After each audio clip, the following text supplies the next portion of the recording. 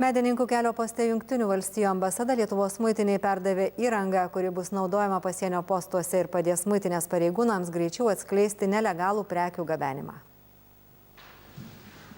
Lietuvos muitinė įrangą iš Jungtinių Amerikos valstijų gauna pagal šios šalies vykdomą programą, kuri skirta padėti šalims partneriams saugoti savo rinką, kovoti su kontrabanda ir nelegalių prekių judėjimu. Ši įranga svarbi užtikrinant Lietuvos sienų saugumą. Tai svarbu ir Lietuvai, ir Europai. Jungtinės Amerikos valstijos su Lietuva glaudžiai bendradarbiauja pasienio muitinės klausimais. Džiaugiamės galėdami prisidėti prie Lietuvos pastangų stiprinant muitinės tarnybą.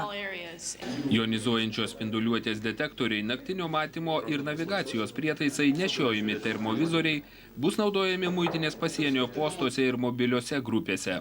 Pasak muitinės departamento vadovo, kol kas šios įrangos poreikis didesnis nei jos turima. Ši pagalba šiuo atveju tai yra techninė, labai dažnai susilaukdavom ir metodinės pagalbos, kada mūsų pareigūnai vykdavo Jungtinės Amerikos valstijas mokytis tikrinti konteinerių bei kitų transporto priemonių.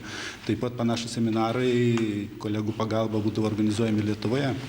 Perduotų 11 vienetų įrangos vertė daugiau nei 150 000 litų.